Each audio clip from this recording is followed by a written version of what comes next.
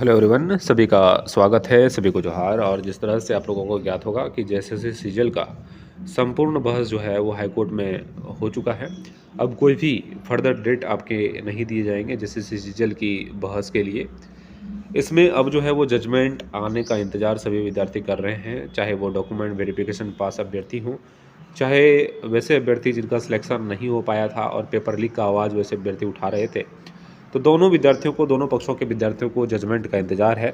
और जिस तरह से मैं लगातार आप सभी विद्यार्थियों को कह रहा था कि जो है वो कोर्ट सर्वोपरि है, जो कोर्ट निर्णय लेगा उसको जो है वो सभी के लिए सर्वमान्य होगा उनका डिसीजन। तो उसी चीज़ का इंतज़ार अब विद्यार्थियों के द्वारा किया जा रहा है। और लगातार विद्यार्थी जो है वो परेशानी में भी चल रहे हैं, क्योंकि समय का कुछ पता नहीं चल पा रहा है कि आखिर जजमेंट कब आएगा। ठीक है, लगातार जो है विद्यार्थी का कमेंट और कॉल्स के माध्यम से ये पूछना कि कब तक जो है जजमेंट आएगा। तो देखिए, ये कोई भी नहीं बता सकता। ठीक है, ये अगर कोई बता भी रहा है तो वो अनुमानित चीज़ें बताया जा रहा है। और अनुमानतः मैंने भी कहा है कि ये नवंबर के लास्ट तक जो है, नवंबर के लास्ट तक जो है ये जजमेंट आ जाएगा, जेएसएससी सीजीएल का जजमेंट आ जाएगा। अगर वैसे अभ्यर्थियों के पक्ष में ये निर्णय आता है, जो आना भी चाहिए, जो पेपर लीक के मामले को उठाए हैं, क्योंकि अगर पेपर लीक का एक जरा भी सबूत वहाँ पे दिया जा रहा है, अगर एक विद्यार्थी का भी सिलेक्शन पेपर लीक के जो है वहाँ पे संदिग्ध की स्थिति में जो है वो सिलेक्शन हुआ है, जिस तरह से नेपाल में ये कहा गया कि 8 अभ्यर्थी जो है वहाँ पे पकड़ाए गए, निश्चित रूप से वहाँ से 8 अभ्यर्थियों का सिलेक्शन वहाँ पे हो गया है जेएसएससी सीजीएल में, और वो नेपाल में थे। तो निश्चित रूप से जो है वैसे अभ्यर्थियों का जो है वो सिलेक्शन कतई सही नहीं हो सकता, जो नेपाल में जाके एक दिन 1 डे की तैयारी करके आए हैं। और ऐसी क्या आन पड़ी है कि उसके दूसरे दिन उसके एग्जामिनेशन है और सेंटर से बहुत दूर जाकर जो है वो तैयारी कर रहा है, ये कतई भी सही नहीं है। उसके बाद जिस तरह से प्रश्नों का मिलना, प्रश्नों के उत्तर का मिलना, ठीक है, प्रश्नों के उत्तर का मिलना ये भी कतई सही नहीं है, क्योंकि जिस तरह से पता चल पाया है कि डायरेक्ट जो है वो आंसर लिखे हुए थे, कोई प्रश्न नहीं, डायरेक्ट आंसर लिखा हुआ था। और यहाँ तक कि नन ऑफ दीज का जो ऑप्शन रहता है वो भी यहाँ पे सीरियल नंबर देके जो है वो लिखा हुआ था।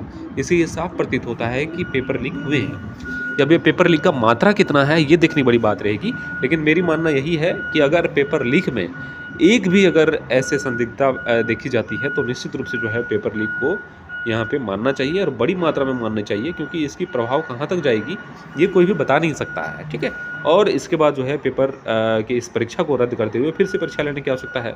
मानता हूँ कि मेहनती छात्र जो सिलेक्शन लिए हैं उनके साथ थोड़ा अन्याय होगा, लेकिन निश्चित रूप से जो है वो अन्य झारखंडी छात्रों के हित की बात भी करनी चाहिए। ठीक है, जो पढ़े लिखे अभ्यर्थी हैं, जो मेहनती अभ्यर्थी थे, जिनका सिलेक्शन नहीं हो पाया, या उनके सीटों को जो है वो कोई 30 लाख या 20 लाख देकर खरीद लिया, तो ये कतई सही नहीं है। ठीक है, जिस तरह से बातें निकल कर आ रही हैं कि बहुत सारे पैसों का बंदर बाट भी हुआ, बहुत सारे ट्रांजैक्शन जो है वो एग्जामिनेशन होने के बाद भी हुए। हाँ, तो वो सभी चीज़ें जो है वो गलत हुई।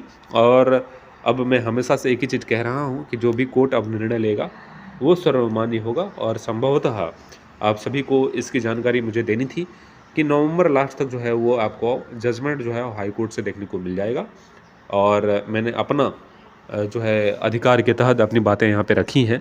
आप स्वतंत्र हैं कि अपनी बातें आप रख सकते हैं, कमेंट खुला है, आप अपनी बातें जो हैं वहाँ पे जेएसएससी सीजीएल को लेके, जेएसएससी सीजीएल के मामले को लेके रख सकते हैं, आप स्वतंत्र हैं।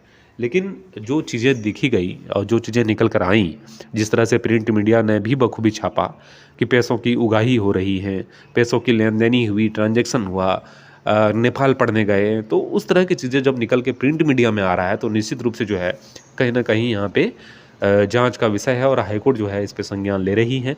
निश्चित रूप से जो है वो जजमेंट वैसे अभ्यर्थियों के पक्ष में आने की उम्मीद है जो सत्य की लड़ाई लड़ रहे हैं। हाँ, अब डिपेंड करता है कि आप समझ क्या रहे हैं और आपकी समझ कहाँ तक जा रही है।